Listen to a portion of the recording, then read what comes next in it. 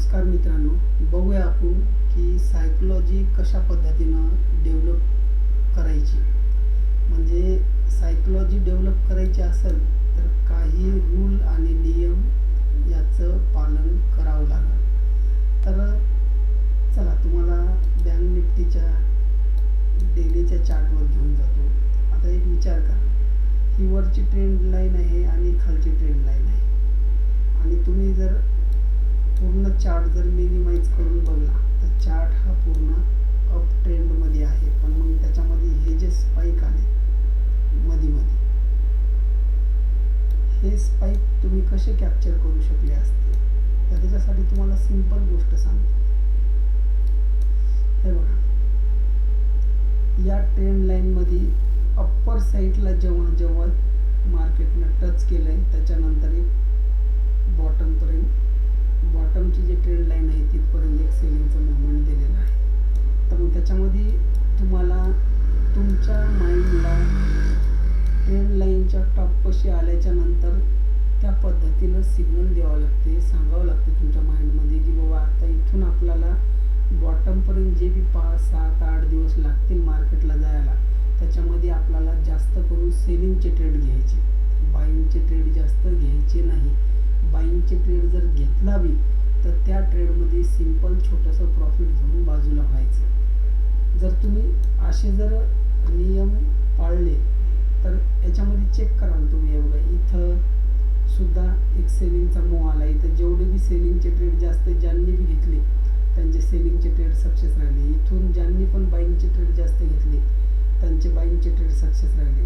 तर मी हेच नाही, तुम्ही इथं पण बघा, हे एक सपोर्ट रेजिस्टन्सची लाईन बनवली. याच्यामध्ये खालून ज्यांनी बाईंगचे ट्रेड घेतले याच्यापर्यंत ते सक्सेस, ज्यांनी वरून सेलिंगचे ट्रेड घेतले ते सक्सेस. आता याच्यामध्ये आणखी एक मुद्दा येतो. काय मुद्दा येतो की जेव्हा पण मार्केट एका टॉपवर येते, जे बी आपण ट्रेंड लाईन चार्टवर टाकतो त्या ट्रेंड लाईनला टच करते, त्या टायमाला एक तर तिथून शार्प सेलिंग करते सुरुवातीचे 2 दिवस, नाही तर इथं बघा बॉटमवर एक साईडवेज करते. तर या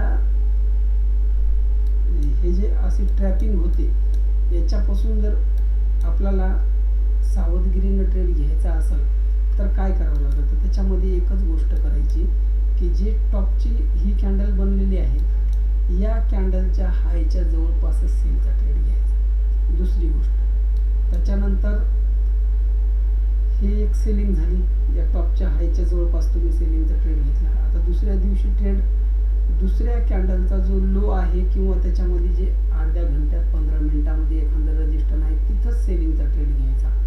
त्याच्यानंतर खाली गेल्याच्या नंतर जर तुम्ही 4 लॉटमध्ये करत असाल तर तिथं तुम्हाला 1 ते 2 लॉटमध्ये सेलिंगचा ट्रेड घ्यावा लागतो. म्हणजे ट्रेड घ्यायचा कुठं, किती क्वांटिटीत घ्यायचा, म्हणजे मनी मॅनेजमेंट कसं मॅनेज करायचं हे सुद्धा कळालं पाहिजे. तुम्ही मागं पण कुठं बी चार्टमध्ये बघा, हे बघा इथून जर ही ट्रेंड लाईन लावली, काय केलं, इथून मार्केटमध्ये ज्यांनी पण बाईंगचे ट्रेड घेतले ते बाईंगमध्ये गेले, इथं रजिस्टरवर आले, इथं सेलिंगच्या. आता इथं ब्रेक केलं, ब्रेक केल्याच्या नंतर मार्केट वरच्या साईडला गेलं. आणि दुसरी गोष्ट एक अजून सांगतो मी तुम्हाला की मार्केटमध्ये जे अगोदरच्या दिवसाचा हाय आणि लो असतो तो खूप महत्त्वाचा असतो. आता ते कसं, हे बघा, आता मार्केट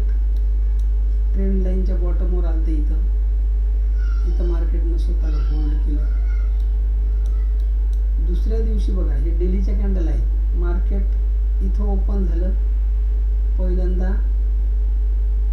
हे जे अगोदरच्या दिवसाचा हाय होता त्याला टच करून मार्केट वरच्या साईडला गेलं, वरून एक सेलिंग प्रेशर येऊन एक सिंपल डोजी कॅन्डल बनवलं. दुसऱ्या दिवशी बघा, तुम्हाला कॅन्डल रीडिंग करता आली पाहिजे की कशा पद्धतीनं कॅन्डलला पाहिलं जातं. दुसऱ्या दिवशी मार्केट इथं ओपन केलं, अगोदरच्या दिवसाच्या डेच्या लोला टच केलं, मार्केट वर गेलं. तिसऱ्या दिवशी मार्केट गॅप डाऊन खुललं, लोला टच केलं, वर गेलं, परत तिथं खाली येऊन बंद झालं. म्हणजे हे एक साईडवेज साईडवेज झोनमध्ये सुद्धा तुम्ही सेफ ट्रेड कसा घेऊ शकता, तर याच्यासाठी तुम्हाला अगोदरच्या दिवसाचा डे हाय आणि डे लो हे मार्क करायचा आणि बॉटमहून जर मार्केट वर निघत असेल तर अगोदरच्या दिवसाचा जो पण डे हाय बनलेला आहे त्या हायला मार्केटनं टच केलं तर तिथं एक बाईंगचा ट्रेड बनतो आणि तो ट्रेड तुम्हाला एक चांगलं प्रॉफिट देऊ शकते.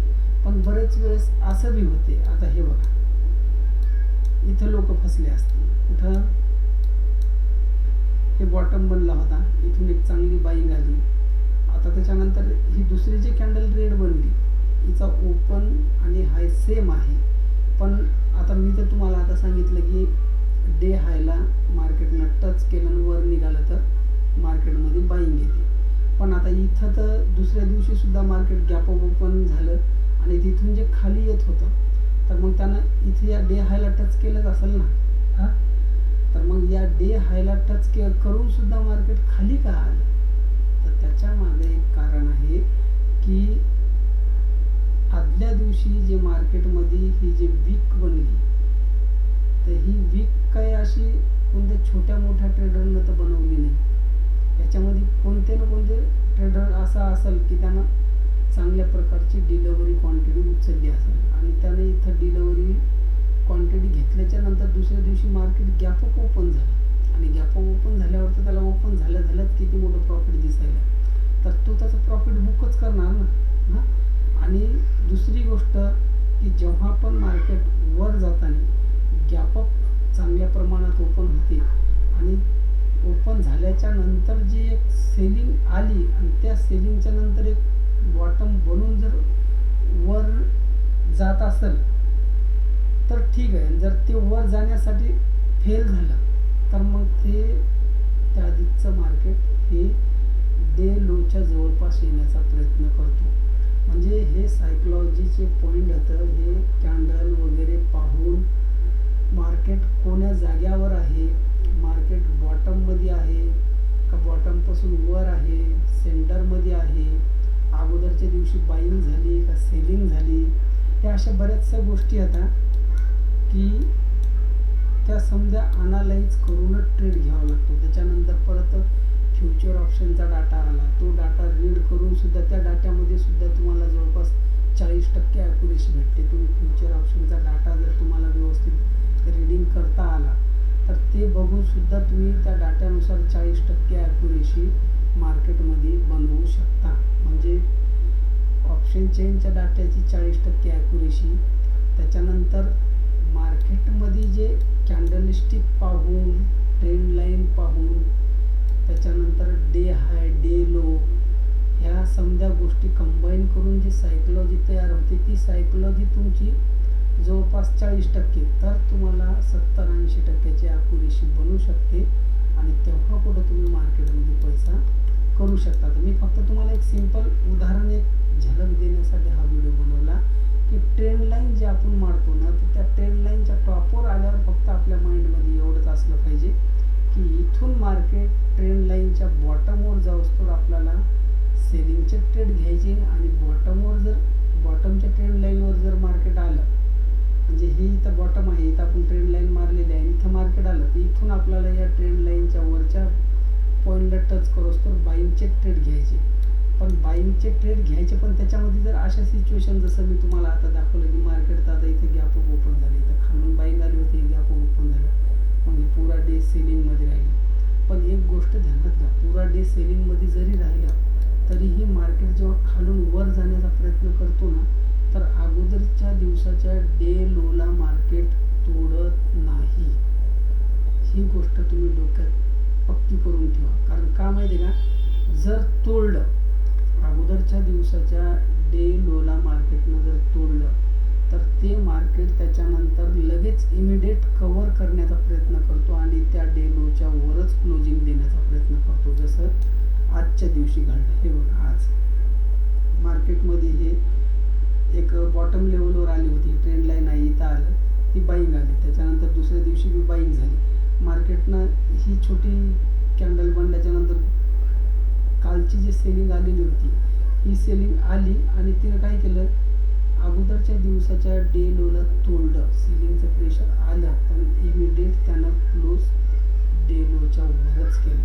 आज सुद्धा बघा मार्केट ओपन झालं वर, सेलिंगचं प्रेशर आलं, अगोदरच्या दिवसाच्या डे लोला तोडण्याचा प्रयत्न केला, खाली आलं, पण क्लोजिंग टायमाला त्यानं क्लोजिंग वर दिली. म्हणजे अशा पद्धतीनं सायकोलॉजी डेव्हलप होते की तुम्ही चार्टला रीडिंग कशा पद्धतीनं करायले.